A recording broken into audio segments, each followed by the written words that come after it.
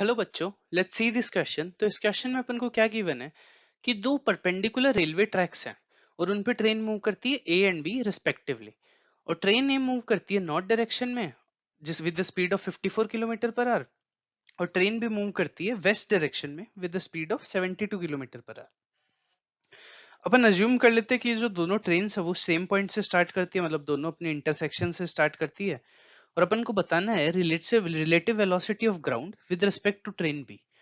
Train B के respect में अपन को ग्राउंड की वेलोसिटी बतानी है। तो ये क्वेश्चन सॉल्व करने में जो की कॉन्सेप्ट यूज होगा, वो होगा रिलेटिव मोशन।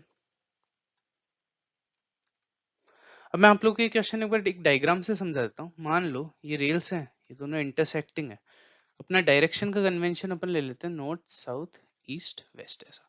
तो अब ट्रेन ए जो है वो नॉर्थ डायरेक्शन में मूव करती है with speed of 54 kilometre per hour. North direction में मूव करती है with speed of 54 kilometre per hour. और जो ट्रेन बी है वो वेस्ट डायरेक्शन में मूव करती है with the speed of 72 kilometre per hour. तो अपन को बताना है कि बी के रिलेटिव में ग्राउंड की वेलोसिटी क्या होगी। तो अपन को इस कंडीशन में पता है कि जो वेलोसिटी ऑफ ग्राउंड होती है वो होती है zero. Velocity of ground zero है, और जो वेलोसिटी ऑफ ट्रेन बी है ये भी विद रिस्पेक्ट टू ग्राउंड ही है। ये कितनी है? 72 kilometre per hour. 0 kilometre per hour और 72 किलोमीटर पर आवर। तो अगर अपन इन दोनों को यूज करें और अपन को बताना है velocity of ground relative to B train, तो ये हो जाएगी velocity of ground velocity of B. तो वेलोसिटी ऑफ ग्राउंड कितनी है? जीरो। वेलोसिटी ऑफ बी कितनी है? 72 इन डायरेक्शन वेस्ट, तो ये हो जाएगी 72 इन डायरेक्शन ईस्ट। तो जो वेलोसिटी ऑफ ग्राउंड आ जाएगी वो अपने पास कितनी आ जाएगी?